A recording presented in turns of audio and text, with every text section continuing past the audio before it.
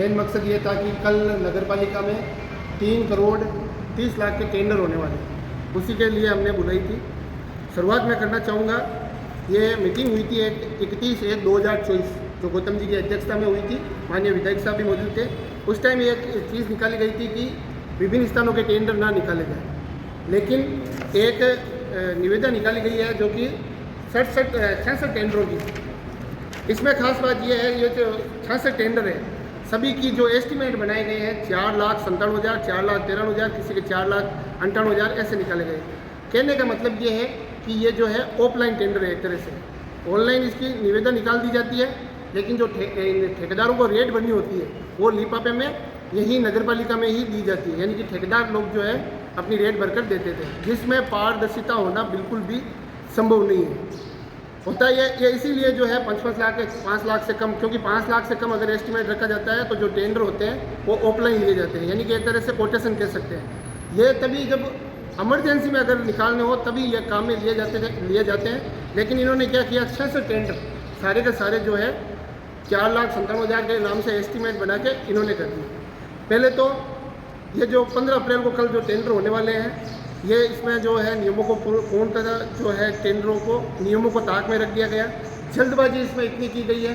7 तारीख को चेयरमैन साहब DLB के द्वारा नियुक्त हुए थे, आदरणीय पवन जी पटानी, पर्ची सरकार के द्वारा नियुक्त किए गए थे पर्ची के माध्यम से, और 7 तारीख को ही 66 टेंडरों का उन्होंने एस्टीमेट भी तैयार कर लिया। और ये 7 तारीख को निविदा निकाली गई है, इसमें तारीख भी मेंशन है।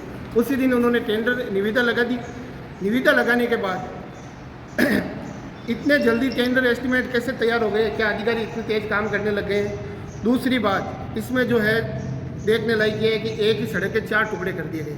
उसके पीछे मकसद ये था, जैसे कि मान लो कि यहाँ से सड़क कांग्रेस कार्यालय से अगर नगर पालिका जो बनाई जाती है सड़क, तो यहाँ कांग्रेस कार्यालय से लेकर पेट्रोल पंप तक, पेट्रोल पंप से लेकर बस स्टैंड से लेकर गांधी चौक से लेकर नगर पालिका तक, ये 4 टुकड़ों में बांट दिया गया। क्योंकि उनको पता था अगर टेंडर एक ही टेंडर लगता है इस रोड का, तो वो टेंडर ऑनलाइन निकाला जाता है और ऑनलाइन ही उसकी जो है बिडिंग होती है, यानी कि ठेकेदार ऑनलाइन रेट पर देते थे, जैसा कि अक्सर ऐसा होता आया है। लेकिन ऐसा नहीं हुआ। इसका मतलब साफ है, अपने क्षेत्र ठेकेदारों को काम दिलाने का ये प्रयास है, क्योंकि हम हरगिज बर्दाश्त नहीं करेंगे। और दूसरी बात, इसमें सूचना पट पर कोई भी कॉपी सूचना नहीं चिपकाई गई। जब मैंने सोशल मीडिया के माध्यम से जो नगर पालिका के ग्रुप बने हुए हैं उसमें आवाज़ उठाई तो उन्होंने जाकर लगाए थे। सूचना पट पर इसलिए ज़रूरी होता है ताकि ज़्यादा से ज़्यादा ठेकेदारों को इसकी सूचना मिल जाए, और सूचना मिलने के बाद वो ठेकेदार उसमें भाग ले सके। अगर कम ठेकेदार आएंगे तो सीधी बात है कंपटीशन नहीं होगा, कंपटीशन नहीं होगा तो उसमें पारदर्शिता नहीं होगी। एक और बात इसमें मैं आपके सामने रखना चाहूँगा, ये टेंडर जल्दबाजी में तो निकाले ही गए हैं, आनंद फानंद में। 7 तारीख को ज्वाइनिंग होना, उसी दिन निविदा लगा देना। उसके साथ ही ये भी ध्यान रखा गया कि आगे बहुत सारी छुट्टियां आने वाली हैं। 9 तारीख को शायद ईओ साहब छुट्टी पर थे, 10 तारीख को आपके महावीर जयंती की छुट्टी थी, 11 तारीख को महात्मा ज्योतिबा फुले जी का उसका अवकाश था, 13 तारीख को शनिवार था, 12 तारीख को शनिवार था, 13 तारीख को रविवार था, और 14 तारीख को अम्बेडकर जयंती। इस तरह से जो नगर पालिका है 9 से सीधी 15 अप्रैल को खुलेगी। 15 अप्रैल को खुलेगी। अब 15 अप्रैल को सुबह 9 बजे से 12 बजे तक कितनी रसीदें काट सकते हो? 66 टेंडर है। अगर 66 टेंडरों की रसीदें अगर 5-5 कॉपियाँ भी आती है तो कितनी कॉपियाँ हुई? क्या इस तरह से रसीदें काटे जाना संभव है? हरगिज नहीं हो पाएगा। या तो ये रसीदें पहले काटी जाएगी या बाद में काटी जाएगी, जो कि नियमों की अनदेखी होगी। तो इस तरह से ऑनलाइन निविदाएं आमंत्रित कर उन्होंने अपने अधिकारों का दुरुपयोग किया है, और एक ही तरह के कामों के टुकड़े करके क्षेत्र ठेकेदारों को लाभ पहुंचाने के लिए निविदाएं आमंत्रित की गई है। इनका निविदा लगाई गई। अगर यही कामों को एकत्रित करके टेंडर लगाए जाते तो शायद दरें हमें कम प्राप्त होती, क्योंकि गौतम जी के जो बोर्ड था उस दौरान 20 से 30 बिलों, तो यहाँ तक कि 40 बिलों भी काम गए हैं, जिससे नगर पालिका को आर्थिक लाभ होता था, राजस्व हानि। अब अगर ये BSR रेट में या 2, 3, 4 बिलों दिए जाएंगे तो ये नगर पालिका को एक तरह से जो है आर्थिक नुकसान हो सकता है। मेरा आप मीडिया के मार्फत से नगर पालिका अध्यक्ष और प्रशासन से यही निवेदन है कि टेंडर की प्रक्रिया जो टेंडर निकाले गए हैं, आप करिए काम, हम कोई रोकना नहीं चाहते। हमारी पार्टी हमेशा विकास में कभी रोड़े नहीं अटकाती है, लेकिन इसमें पारदर्शिता से किया जाए ताकि नगर पालिका को भी राजस्व हानि ना हो और ईमानदारी और राजस्व हानि ना हो, आमजन के काम हो सके। साथ ही अभी वर्तमान में नगर पालिका में सफाई व्यवस्था पूरी तरह से चौपट है, लाइट व्यवस्था पूरी चौपट है। बार पार्षद जो है ग्रुपों में लिख रहे हैं, लेकिन कोई भी सुनवाई नहीं हो रही। जगदीश साहब आपसे ये जानना चाहेंगे कि मतलब आपको क्या मकसद लग रहा है आनंद फानंद में इतने सारे एक साथ टेंडर निकालने के पीछे क्या मकसद आपको लग रहा है? बीजेपी का क्या मकसद हो सकता है, या बीजेपी के जो पार्षद और चेयरमैन उनका क्या मकसद हो सकता है? हम आनंद फानंद में निकाले गए हैं, या आप ही देख रहे हो 7 तारीख को उन्होंने ज्वाइन की और 7 तारीख को ही उन्होंने टेंडर लगा दिया। क्या मंशा लग रही है आपको? मंशा तो यही है, आपका क्या आरोप हो सकता है कि अपने चेतों को काम दिलाना चाहते हैं, क्योंकि 15 तारीख को गौतम जी सुबह हो सकता है कि पहले भ्रष्टाचार इसलिए उन्होंने आनंद फानंद में ऐसा काम किया। अगर वो ईमानदारी से लगाते तो जो मेन टेंडर होते हैं, सही टेंडर होते हैं, उसमें प्रक्रिया में 21 दिन लगते हैं। 21 दिन में क्या होता है कि ठेकेदार को ऑनलाइन ही बिडिंग भरनी होती है। ऑनलाइन बिडिंग भरते हैं तो कोई देखता नहीं है, किसी को पता नहीं चलता, ठेकेदार की रेट अपने पास रहती है। लेकिन यहाँ पर लिफाफे में देंगे, हो सकता है कि लिफाफे बाद में खोले जा सकते हैं, लिफाफे खोल के कोई भी रेट पता कर सकता है इस रेट का। तो ये जो है पारदर्शिता नहीं होती है। इतनी जल्दबाजी क्यों करनी? मेरी बात सुनिए, जैसे 90 मिनट में उन्होंने टेंडर की क्या उन्होंने जो लगाई है, ये जो इसमें लिखा हुआ है स्पष्ट रूप से 15 तारीख को 12 बजे तक बेची जाएगी निविदा, और 15 तारीख को 1 बजे तक प्राप्त कर ली जाएगी, वापस रेट भर के देनी है, और 1:30 बजे टेंडर खोल दिए जाएंगे। आप मान सकते हो 90 मिनट के अंदर 3 करोड़ 30 लाख के टेंडर जारी हो जाएंगे। इतनी जल्दबाजी करने की कहाँ ज़रूरत है? आप ही थोड़ा दिमाग लगा सकते हो कि 90 मिनट में ऐसा कुछ नहीं होने वाला है। इतने काम ना तो उतनी रसीदें कटेगी, तो ये इसमें हो सकता है कि बड़ा घोटाला होने का अंदेशा है। अगर इसमें सब कुछ टेंडर हो जाते हैं, निविदा निकल जाती है, तो आपका अगला स्टैंड क्या होगा? बिल्कुल, हम सारे पार्षद मिलकर इस चीज़ का विरोध करेंगे। हमने पहले ही ईओ साहब को अवगत करा दिया था कि भाई इस तरह से आप ये चीज़ें ना करें।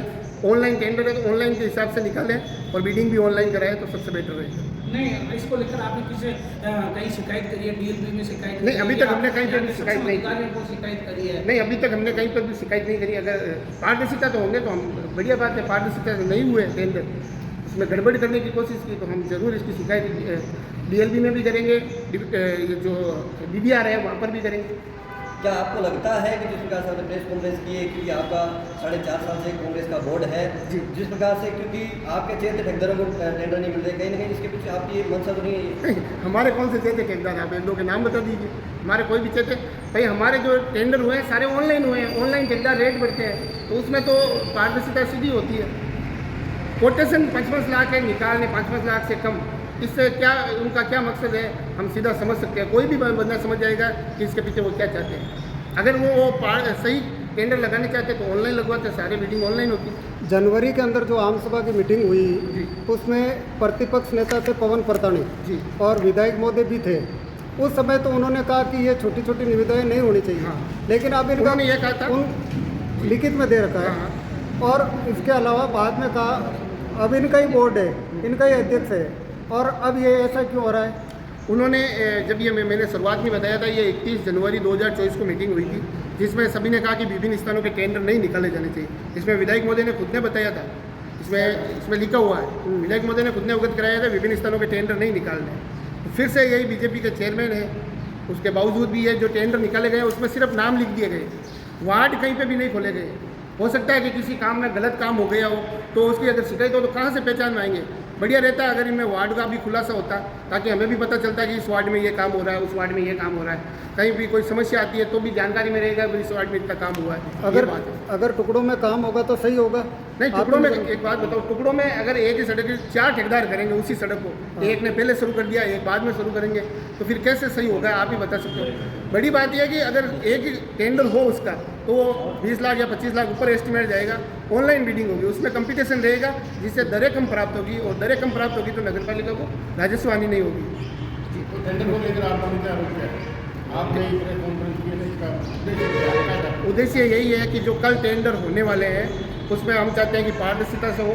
इस तरह के ये कोटेशन जो है 5-5 लाख के, ये ना निकाले जाए। अगर निकाले गए, ये इमरजेंसी में काम लिए जाते हैं कि इमरजेंसी में कोई काम हो गया, कोई सड़क है, नाली है, कोई ऐसा हो गया कि भाई कल कार्यक्रम है किसी का, तो इमरजेंसी बनानी, उस दौरान ये काम आते हैं। 7 दिन में ये निविदा निकल जाती है।